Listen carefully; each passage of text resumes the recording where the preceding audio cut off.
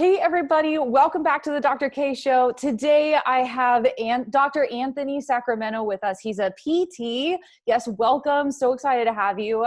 He is a life and wellness coach, as well as a licensed doctor of physical therapy in New York with 5+ years experience in patient care.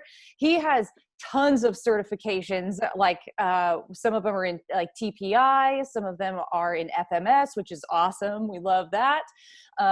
He also does kinesiotape, decompression, myofascial decompression certified, lots and lots. So he has a wealth of experience. But one of the reasons why I have him here with us today is because Anthony has over 20 years of experience as a competitive gymnast and is a current practitioner of Taekwondo and Hapkido. So he's super interested in physical therapy and the role that it plays, not just in rehabilitation, but also in preventative care, which, as you all know, is one of the things I love the most, and to enhance the skills and lives of any person or athlete. So, Dr. Anthony, welcome. I'm so excited to have you. Thanks for having me. I'm really excited to be here and get to chat with you. Yeah. So one of the first questions I wanted to talk about is your story of getting into gymnastics and that journey that kind of led you through some injuries and then into PT and that whole thing. So you want to kick it off and dive in? Yeah, sure. Okay. Love to. So I got into the sport of gymnastics like really young, like 2 years old. I was one of those kids who I was climbing drapes. I was jumping out of my crib. You couldn't stop me. If I was not making noise, we were worried I fell off a cliff somewhere, right? You know, one of my favorite stories my mom likes to remind me of was during the 92 Olympics. We're watching men's gymnastics and the floor was on, and we lived in a ranch style house. So I went all the way to the back side of our hallway, decided to take a running start, jumped off of our stairs into our sunken living room and tried to flip, having no experience. Dad plucked me out of midair, probably saved my life. And they decided maybe a foam pit was the best course for my future. So got into gymnastics super early, started competing as soon as I can, right at age 7, which was class 7 before they switched to the level, which is what everyone kind of knows of now. And I did that grade school, high school, all the way into college, where I competed for the University of Illinois. And then from there went into PT, NYU for grad school and everything else. So the reason I got into PT was because of my gymnastics career. So along the way, I broke pretty much every bone you could think of. But my first real injury, right? But my first real injury was when I was 16. So right around that time, it was also right around when for men's gymnastics, you're going into your recruiting season. You're making videos, you're sending that out to colleges, hoping to get that recruiting trip and take your career to the next step. So in that time frame, I started having really, really bad knee pain out of nowhere. It got worse and worse and worse to the point where I couldn't even straighten it. In JO Nationals, it was so bad that I did a rings routine and I had to do a slow cross and drop, and because I couldn't dismount. I still got I think 7th at Nationals on rings without a dismount. Oh my gosh. But that's what the extent was. So I ended up seeing an orthopedist, this first doctor, because I lived in Chicago and I was there my whole life until I went to grad school in New York. And they diagnosed me with osteochondritis dissecans, which is basically I wasn't getting enough blood flow to my knee, my right side. And without blood, bones and things start to die. So I had this massive deficit or defect of my bone and my cartilage, about the size of a postage stamp, that just kind of dissolved. So I was on crutches for 10 weeks, and then I saw a different orthopedist in Chicago. And in a few more words than this, they said, "What the hell have you been doing?" Yeah. And I was in surgery 2 days later. So I had, oh my gosh. Yeah. So they did a microfracture. So they drilled some holes into my bone. They glued it all together with some screws. And I was on crutches for another 10 weeks. That was fun. And then kept doing gymnastics. Then after that, I think I broke my clavicle, and then I get into college. And that's when I tore my labrum in my left shoulder. I had surgery for that my freshman year. And then tore my meniscus my junior year of college, had surgery for that. Then I had a whole bunch of bony fragments in my right knee again, just actually at the very beginning of grad school, and I had surgery to clean that all out. So I've been in and out of the OR a lot. But because of that, I spent a lot of time in physical therapy. And right? And I happened to have a really awesome young therapist. He was super understanding. He was incredibly knowledgeable. He was really tried to, learn the sport and talk to me at my level and get me back to competing gymnastics at the level that I was competing at. And I just had so much respect for him and his knowledge base, and he was a doctor of physical therapy, but he didn't have surgery. And he kind of got to keep his ear to the ground when it comes to sports and move around for his job. He wasn't sitting behind a desk. And I just fell in love with the whole idea. Mm-hmm. So come undergrad, I already kind of knew what I wanted, did my undergrad in kinesiology at the University of Illinois, and then went on to get my doctorate in physical therapy at NYU. For me, it was really just a whole numerous experiences of injury and rehab with good results, with understanding people who cared about not just, me as a patient, but me as a person. And that was everything that I wanted and more. And quite honestly, I think the best part was he didn't have to wear a tie, and I loved that. So great. I know. Oh my gosh, that's something that I really liked about both like PTs, chiropractors, and my experience with them is that like they could kind of do what they wanted and sort of just show up as who they were. Like I know of like amazing chiropractors that go to work in like tank tops and leggings and Birkenstocks, and they're like good to go. And then others that are like in their white jackets and suits and whatever. It's nice because you get to show up and kind of be who you are, which I think is a great way to see a physician in any form. Yeah. Yeah. I mean, you kind of, absolutely. I mean, you hit the nail on the head. One of the, I think the big things that a lot of people talk about with their experience in the healthcare system is, doctors don't have a lot of time. Not so great bedside manner. You get a couple words in if you're lucky, and then you're on your way, and you kind of just feel like another number on their schedule. Yeah. But at least with what you and I get to do, being in the physical therapy and chiropractic realm, and even in my general health and wellness stuff, is you really get to take the time to learn someone, their personality, what they really want to accomplish and their goals, and take it just to a whole new level. And I think the idea of treating a whole person and not just their diagnosis, and trying to not only like keep them healthy, but like, prevent injury when that happens, right? Instead of just being stuck in like, you're already hurt, you're already sick, now we have to do something about it. To me, that's what it's all about. Agreed. Well, I would love to ask a couple of questions about your journey, like with your injuries and kind of as you ended up in PT. Like we have sort of discussed previously that you kind of have a different perspective now on the role that PT can play, not just in recovery, but also in prevention. And I think for an athlete, so if you can kind of speak to this, like for an athlete that's kind of coming to the table that is experiencing some of these different types of injuries and would maybe like to see if there's something they could do to prevent them from happening, especially because that much time off, right, can like have a significant impact on your training time and potentially your career. You want to speak into that a little bit? Yeah, absolutely. Time off is almost not an option. Yeah. Especially when you look at sport of gymnastics where things happen very fast at a very young age. You don't take off a month. You don't take off a week. But there's a whole culture and a mindset behind like, if you can get yourself into the gym, you're doing something. Yeah. Right. There are coaches, at least when I was, practicing, that would tell you not to go see a doctor because they're going to tell you to take time off, and that was unacceptable. So people already have that thought process going on. But to speak on your point, I think we're missing out on a big part of what healthcare should be.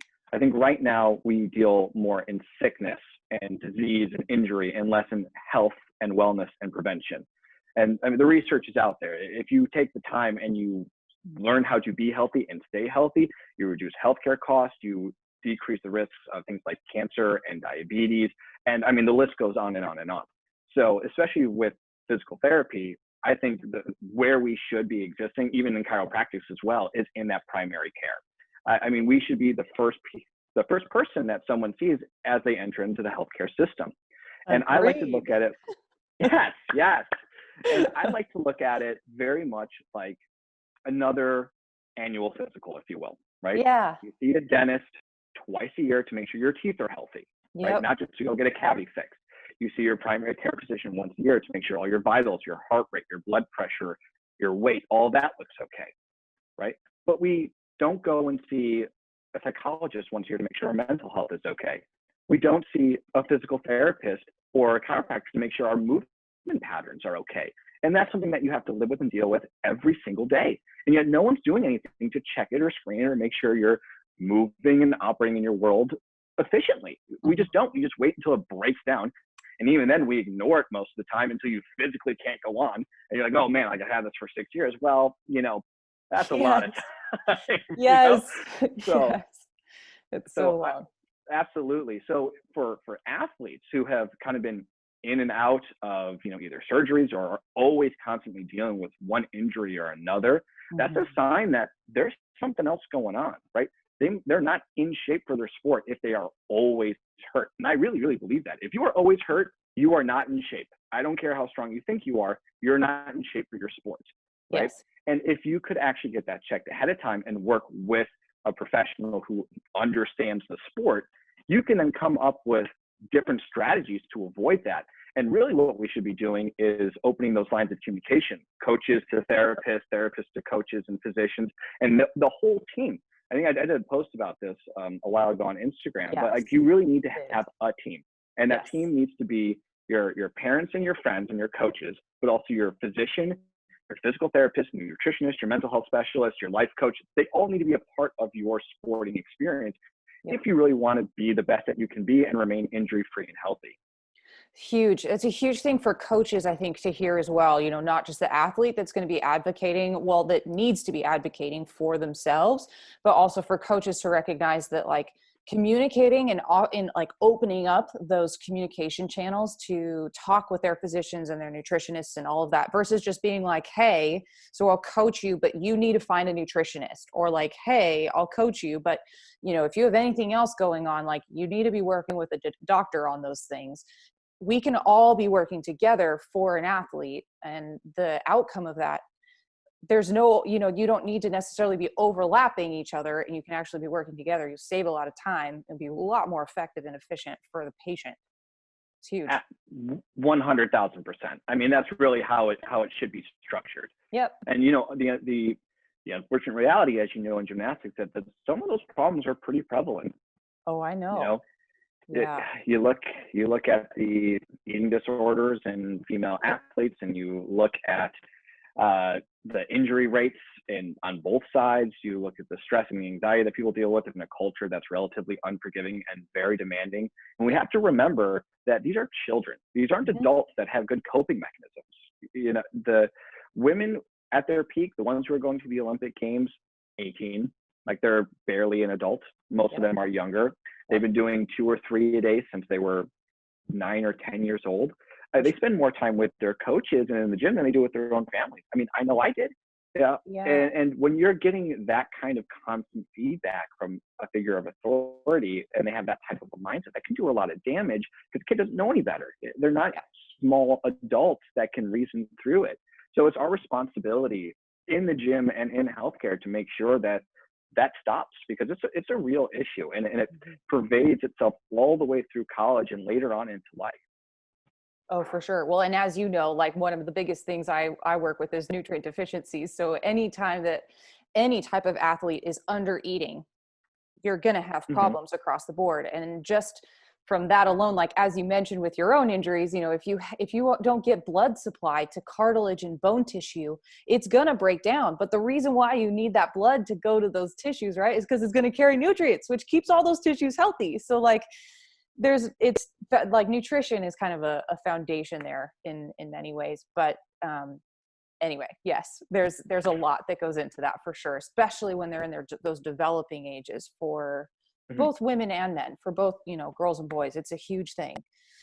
So on that note, so there's some changes and some differences between kind of men's gymnastics and women's gymnastics.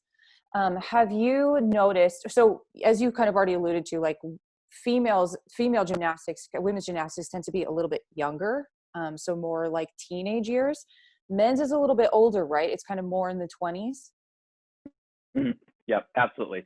So the reason for that is just the types of skills that they're doing in the events that they're doing it on.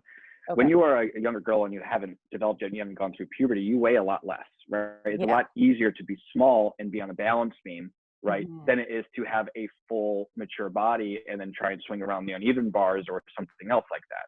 So there is a physical benefit to being smaller. When you look at some of the top athletes, both men and women at the elite level, you're talking like low 5 foot, right? You're Oh, not for seeing sure. 6 foot gymnasts, right? It's rare. We Like if tend, you see those tall ones, you think they're like yeah, 6 feet tall. They're probably like 5'5". yeah.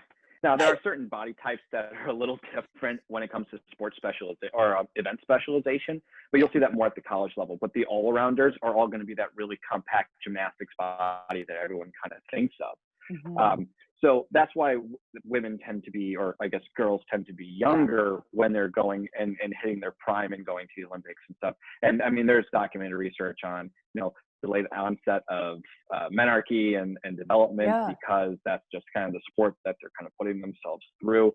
And you see a lot of them, unfortunately, kind of fall off and no longer become competitive because they get bigger and they just can't keep up with the ones who are smaller. That's why you have so much problems with eating disorders and everything else like that, to try and stay as small as you can. But with that comes a whole host of physiologic problems, Mhm. um, fractures, other disease, lack of energy, lack of strength, and you can't have lack of energy and lack of strength and be a gymnast. No, Um, and no, you can't. no, it doesn't work very well. No. And on the men's side, because it's a lot more power, like you look at rings, which is a very strength-oriented event, vault and floor, which have a lot of power into it. I mean, unless you're Simone Biles, who can do it, I guess, whatever she wants. Right. Sure. But for Sure. right, but that's talking about one of the greatest athletes, literally of all time, not Right. the average There's person. exceptions to the rule always. Exceptions to the rules, right? But with men, because you have those more of that power and strength involved in just regular routines, they're going to be more successful when they're older, when they've gone through puberty and they put on that muscle mass and they put on a little bit of weight. There's always that awkward space somewhere in there, but the elite level men's gymnasts are in that early 20s to mid 20s range. Right. Yeah. So you kind of already touched on some really interesting points there. One, just alone, like you were starting to talk about like energy and some of the things that start to break down when you're not eating enough, just in general. You're kind of getting those gaps in those nutrient deficiencies. Like that not only carries into, well, it's an interesting point because it not only carries into like how they're performing, but when you mentioned like there is no time to take off, like you don't get to do that. I was just reading a research article that was talking about nutrient deficiencies in athletes and how they're sort of changing the way that they're talking about it as far as the immune system goes. It was really interesting because one of the things they were talking about is reducing the number of upper respiratory infections that happen with athletes, and it takes them out. And they studied a ton of Olympians, and they were essentially showing that when they are not consuming enough, or food just in general, or when these nutrient deficiencies are kind of blatant, it can create illnesses and injuries. So and the athletes that were more successful were the ones who had limited amounts of those upper respiratory infections. So just all of that like put together, I'm just like, yes, like this is Yeah. so important for not only gymnastics, but for like every athlete in every sport. Yeah. I mean, Crazy. absolutely. I mean, it's interesting, and I'm not surprised at all that that's what it's showing, because Right. look, you have to expend energy when you're Yes. exercising, Yeah. which means you have to eat more. Eating is energy, eating is calories. And if you're restricting your fuel, your energy intake, you can't produce it on the competition floor. You can't produce it day after day in practice. It's just not possible. Nope. If you work out Exactly. harder, you have to eat more. End of story. It's simple math. It really is. Yep. Love it. So one of the things that you kind of have been working with, you did some like health and wellness stuff with with a local college in a gymnastics team. That kind of was an interesting experience for you, wasn't it? Yeah, so it was actually the University of Minnesota. Yeah. So it was Okay. actually a Big Ten team. Yeah, so I did I called Affirmations of a Champion Athlete. It was basically a mindset Yes. and mental toughness program to Yes. help a couple of their athletes compete better and practice better. And one of the hard things with gymnastics, is anyone will tell you, is if you compete multiple events, you fall early, like getting out of that funk and then having to do your next best routine, like a couple minutes later, that's a quick turnaround. It's tough. So to have some kind of strategy to get into the right place. And again, you have to change your arousal level, right? If I'm going to go swing pommel horse, that's going to be different than me trying to bust out a rings routine, or swinging fluid high bar or parallel bars, or being quick and powerful on a vault. They're all very different states. So you need to have something to help you get there so you can compete effectively. So that's what we did a lot of our talking on. And that kind of feeds into the whole idea of just general mental toughness and mindset, where you have to have a good self-image first, right? That's first and foremost. And then you have to go into a positive mindset. And then you have to have the ability to take negative experience or failures, whatever you want to call it, turn it on its head and make it something that you actually get better because of. And then become a better gymnast or a better athlete because of it. And then just keep going through that cycle infinitely. Right. And that's what you have to do. Right. And so that was the main focus behind the affirmations program. And they loved it. And they did a really, really great job. So, I think it's a skill. It's a skill that you can practice and that every athlete, and especially gymnasts, should really be working on. Oh, 100%. Just the kind of like psychological impact that like having a bad race or a bad event, or just even, I mean, I remember when I would like watch, cause I was in gymnastics when I was a kid and I loved that sport, but because my body started to break down, my mom was like, nope on that. Like, we don't need you to end up with tons of injuries. So I ended up in different sports because of that, which was great all on its own, but I loved the sport of gymnastics. It was so fun. I had such a passion for it.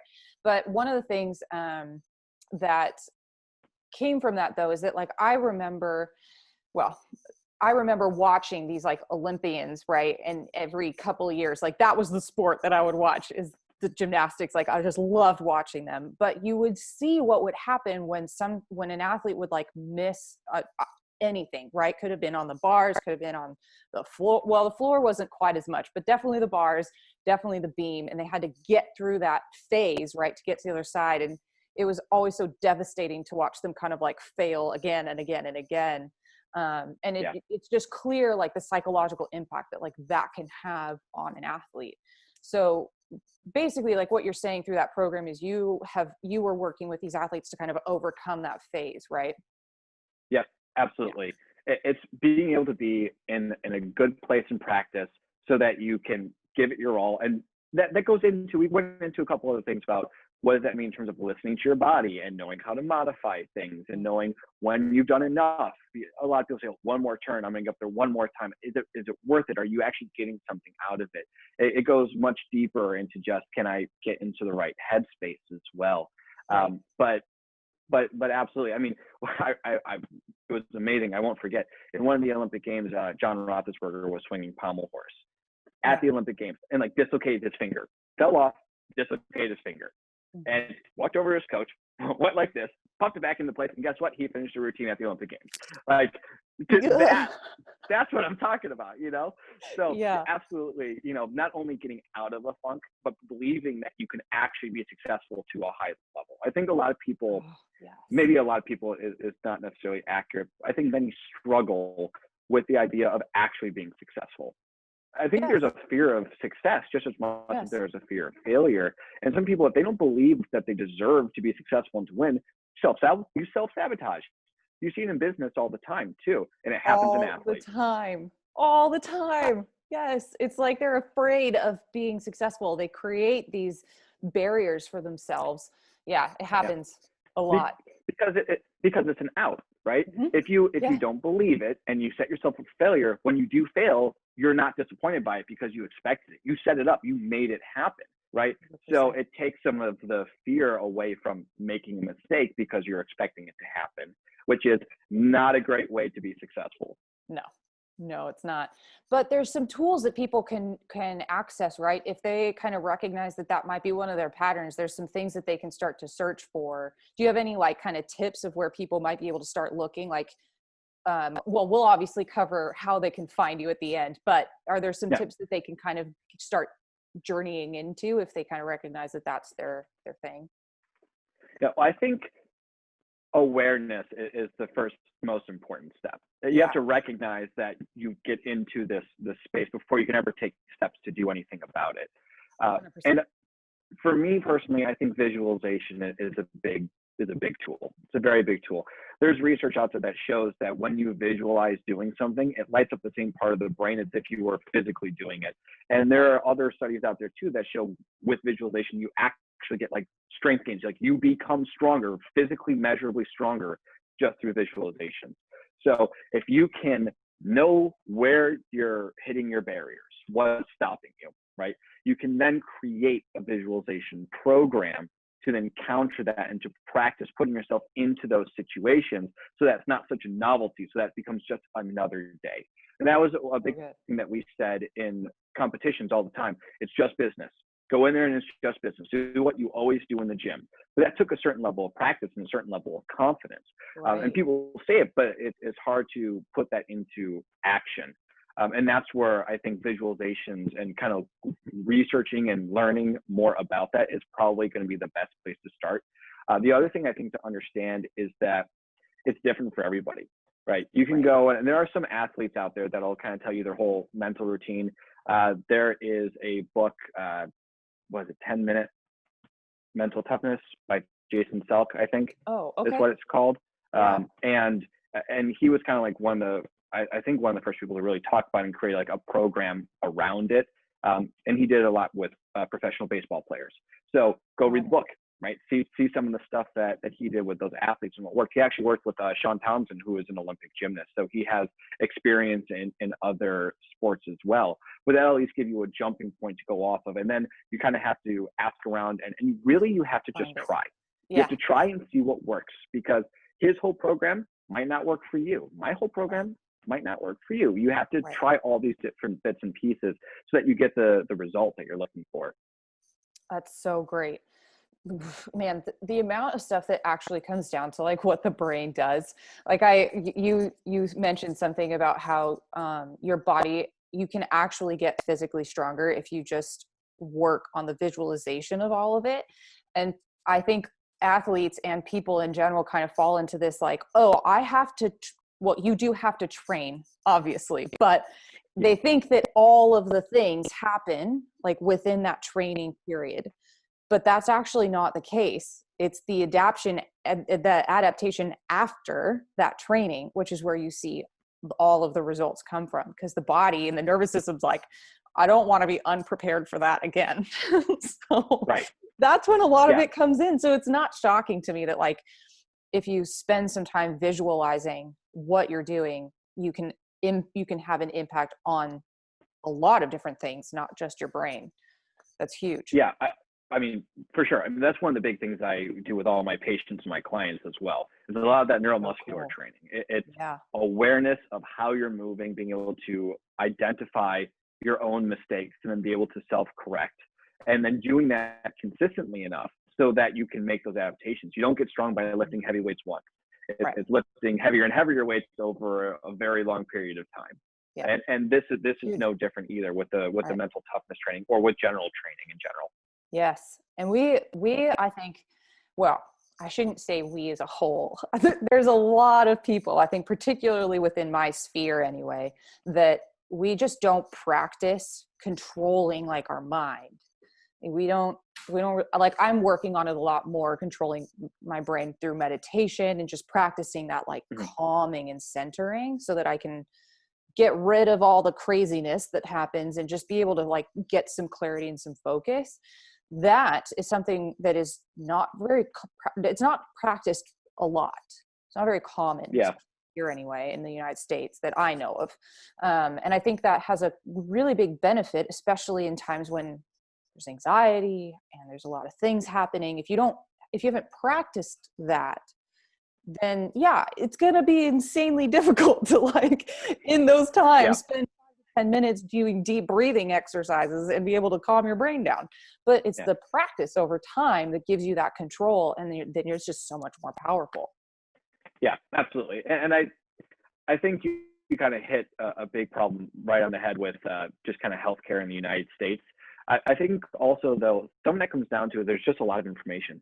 Think about how long medical school is, PT school, chiropractic school. It seems, okay, 3-4 years seems like a long time, but there's way more information than you can cover in that amount of time, right? You have to get your basic skill set done before you can even think about going into that other stuff. And I think it's only recently, as we started kind of developing more and understanding pain better with the biopsychosocial model, that we understand the importance of all the other stuff outside of training and how that impacts your actual performance, whether it's in rehab or in sport. And that awareness of the importance of things like nutrition and sleep and hydration and mindset, mental toughness, how all of that goes into your daily experience and how you approach tasks and deal with failure and success. And I think as we start to learn more about that and people are more and more aware about it, it will become more mainstream. But like everything, it's going to take time, and we just got to get the message out there as best as we can and as often as we can. Love it. Well, this is a start. Yeah, love it. Love it. Love it. Okay. So next I kind of wanted to transition a little bit into there's some stuff that's shifting and happening within just men's sports anyway, especially on the university level. There's some programs that are shutting down. Universities aren't continuing those men's gymnastics programs. What is happening there that you are aware of? And then what is the impact of that? Yeah, it's a really serious deal. And I don't mean that hypothetically. We are in a very real crisis situation. Right. So men's gymnastics has never been very well supported at the university level. It used to be, back in the 70s, there were a ton of teams. But even when I was in school, we were down to 17, including Army, Air Force, and Navy, right? The Big Ten only had, I think it was 6 competitive gymnastics teams, and then Stanford, Oklahoma, Nebraska, which I guess now is technically part of the Big Ten. It wasn't when I first started. Sure. But there just weren't many. And so it's been dying a really, really slow death. And unfortunately, with the pandemic, schools were facing a lot of financial crisis. And gymnastics is their favorite punching bag. It just always has been. Gymnastics and Olympic sports really in general have been the financial scapegoats for most universities and athletic directors. And so what happened just this year is they announced the end to William & Mary and Iowa and Minnesota, their programs at the end of the 2021 season. So we're going to be down to 11, I think is the most recent number, 11 schools in the entire country that do college gymnastics. And what's important to know is that impact is that a lot of our Olympians, Sandra Kulik, the University of Michigan, right? These guys come out of the college program. If there is no college program to go to, USA Gymnastics, as we know it, is going to disappear. The sport is going to disappear. Unless there is really serious change that happens right now, or some of these schools go back and reverse the decision a year or two from now. But even then, that's not going to be enough. We have to continue building it. There just isn't incentive. All their money goes into things like football and basketball. And when they don't have seasons, they don't make money. And so they cut sports that are maybe 1% of their budget. So not necessarily the best math, but there's no other, they just don't think they have an alternative. So the sport, the existence of the sport is at jeopardy right now. You have kids right now who are training to go on the recruitment, like I mentioned earlier, and kids who dream of going to the Olympics, and they might never have that opportunity because those clubs aren't going to survive either if they don't have anyone to feed them into a higher level into the system. Yeah, for sure. Oh, that's a problem. That's a huge issue. I remember seeing one of your posts about that and one of the bigger universities dropping their programs. And it's really sad, it's hard to imagine there not really being gymnastics, especially for men. I anticipate that probably the female programs are continuing on kind of as they are, but for men, that's it's a big deal. That's a huge piece of, in my opinion, what I watch in the Olympics, that's a huge piece, right? You're not alone. Gymnastics has been the most watched Summer Olympic sport since like 1996 or something like that. Because it's so cool. Yeah. People do crazy things. You also just pointed out the problem. People only watch it every 4 years for 2 weeks. Well, That's okay, it. true. So you have it's when you lay it out, you can see how the problem has evolved to the point where it is. Sure. Have you ever gone to a high school competition? Have you ever supported your local gymnastics team? Right? I mean, Yeah, so that's a good point. We did go and support I grew up in Seattle, so we would go and watch the University of Washington teams. And we did that, but that was because I was in gymnastics. well, yes. I guess I meant by you. But that's fair. I meant the general The audience. general public, yes. right. They usually go to Yeah. baseball or football or soccer or something like that. Right. And so the sport on a year-to-year basis doesn't bring in money, and the awareness isn't really there. So you have a small pool. There are probably millions of young athletes out there who would be phenomenal gymnasts, but the awareness isn't there. The ability to actually get into a club with good coaches is just so minimal that you just can't foster talent. And so when you have less and less good people coming out of it and no one's watching, things start to spiral a little bit. Sure. Even in college meets, you have the student body that comes in, but you're not really bringing in the big crowd from the surrounding area that you're only getting on television at the Olympic Games. Yeah, that's a really good point. I didn't really think about that. But it's yeah, you're right. It's going to be the sports that make money for the most part is what that's where the money goes, right? That's what's going to get supported. Yep. So yeah, I wonder, obviously I don't have any solutions, but I do sort of wonder where it's going to go and what's going to happen with it. Well, we have some people working really hard right now. Okay. I don't want to sound like all. Oh no, of course, but it is a serious issue, right? And it will take, as you mentioned, bringing awareness. One of my old teammates, Dan Ribeiro at the University of Illinois, he's he's the associate head coach now there. He and a bunch of other head coaches have been working really hard, especially with the announcement of those 3 colleges dropping their programs, to build a self-sustaining model for gymnastics and to make it more approachable for people to come and see it and understand. Because unfortunately, that's the other part. Gymnastics is not the easiest sport to understand the scoring system. Like, oh, cool, look, they're flipping, but then why did he score this and that person score higher or lower when they look the same? So that's a bit of a barrier that we need to work on just as a sport in general. But people are working really hard and things are looking positive in that direction. There's just a lot more work that needs to be done, and we need everyone who knows the sport or loves the sport or who knows someone who loves the sport to be a part and to talk about it and to donate and be a part of the solution, because we need one, and we need a good one, and we need it fast. Yeah, absolutely. Well, that is good news. So I'll be looking out for that. Hopefully that something gets worked out and figured out. It's hard to imagine that they drop, as I said, it's hard to imagine there not being men's gymnastics, but I suppose that's also just for the United States in a way, right? I mean, there's other programs in other countries that are quite strong. This is very much a United States issue. Right, for sure. Well, it's unlikely that it'll get completely dropped, but we'll see what happens. Could look completely different in the future. So let's see. So one of the things also that I just wanted to talk about really quickly is you have, so in how I found you is that you do, so your social media, I love it. There's tons of stuff that you share.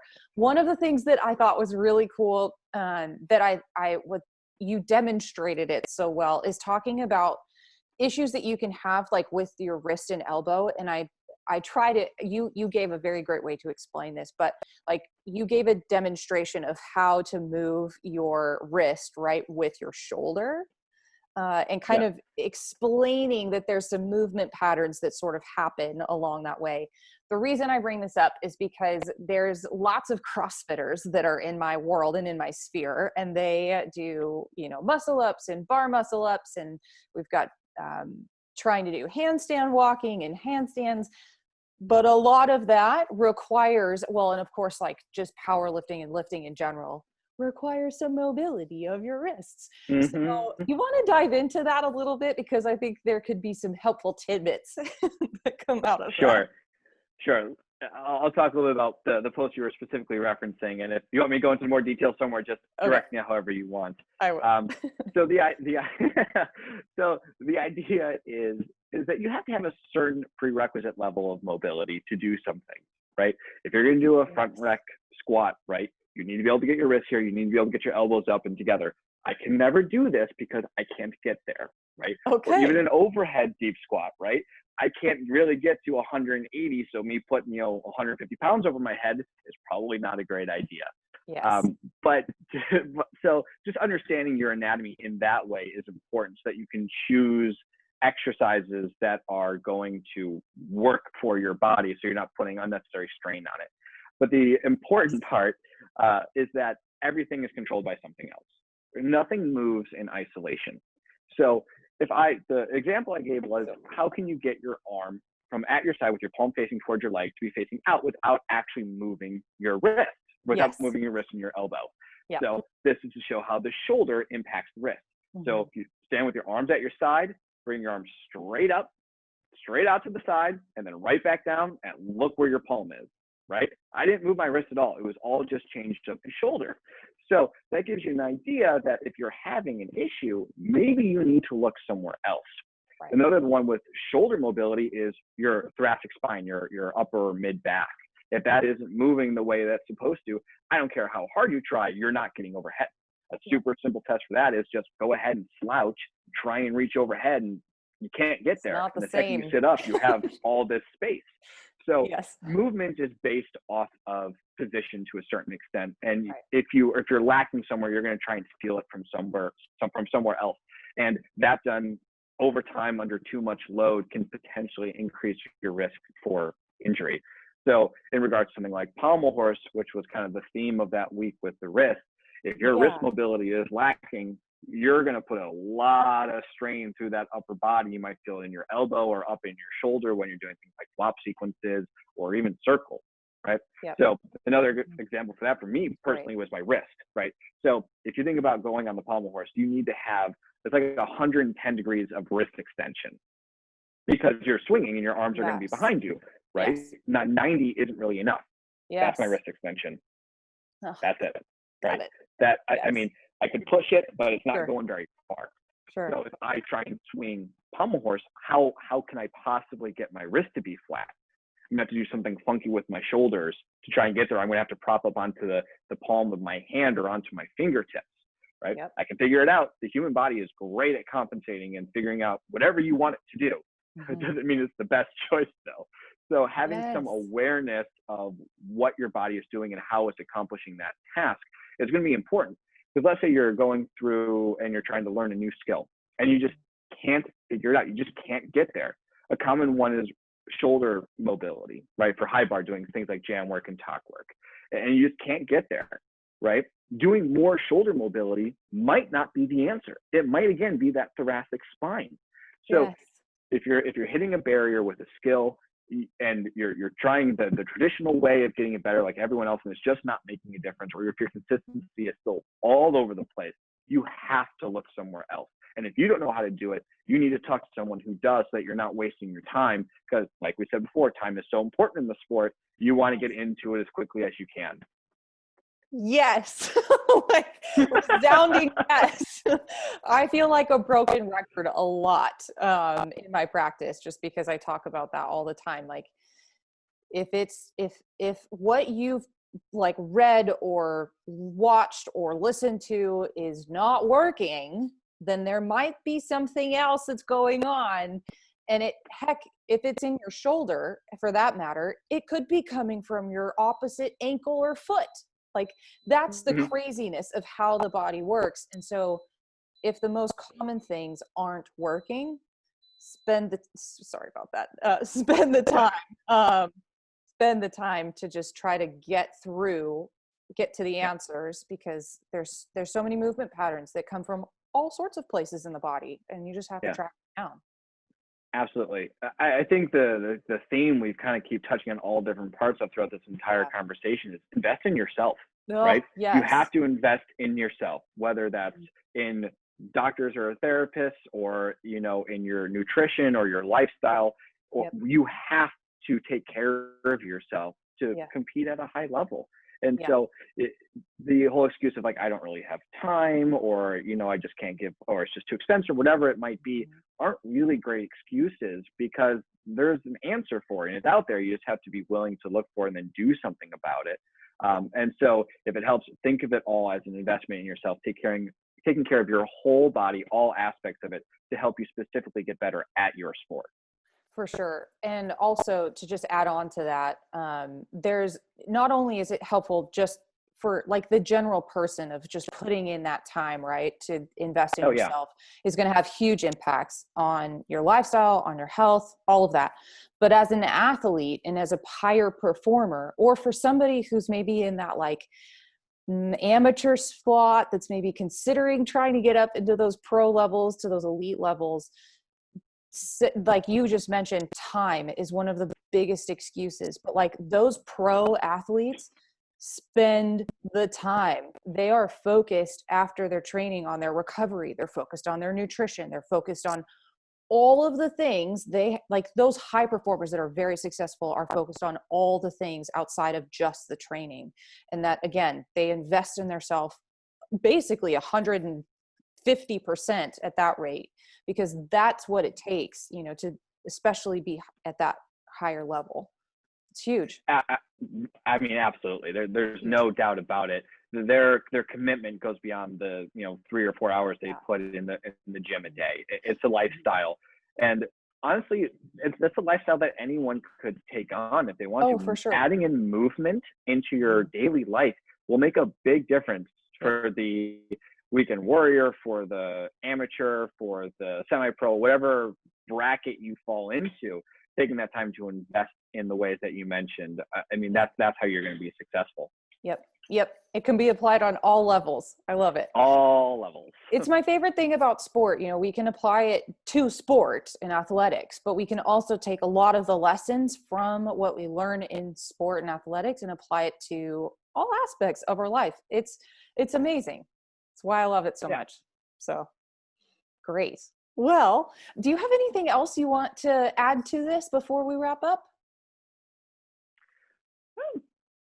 I feel like we touched on a lot. We talked a lot. I guess if I'm going to summarize it, it's, invest in yourself, find a team, and not just any team, one that you personally get along with, and that you have someone of every aspect of your sport in your corner, from, like we said before, nutrition to dietitian, to physical therapy or chiro, physician, psychologist. You need all of them. They are a part of the whole experience. So if you're serious about getting better, talk to someone who knows what they're talking about. They're there to help you. And so let's open up those levels of communication throughout all aspects.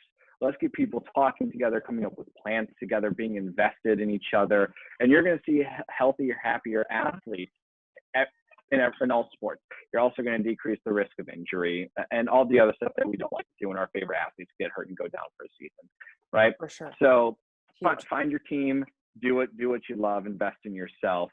And if you don't know the answer, ask. Love it. Love it.